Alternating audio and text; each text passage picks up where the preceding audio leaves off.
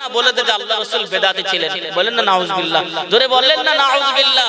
ওদের একজন শায়েখ আব্দুর রাজ্জাক বিন ইউসুফ আর একজন মুজাফফর বিন মুহসিন টাটকা শয়তান।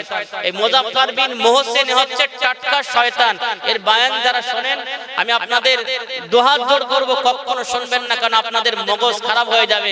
আহলে সুন্নাত ওয়াল রাসূলের প্রতি আপনাদের যে মহব্বত, দৃঢ় ভালোবাসা, এটা থেকে আপনারা পিছপা হয়ে যাবে। সে এমন এমন কথা বলে, ওরা এমন এমন কথা বলে।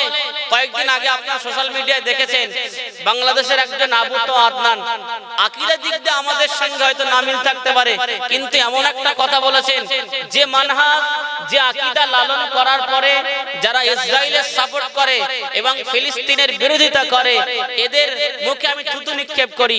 এই বিষয়ে সে যদি প্রকৃতিক আলেম হতো, তাহলে তার মুখের ভাষা এমন কখনো হতে পারে না। একজন মানুষ যদি অন্যায় করে আর একটা আলেমের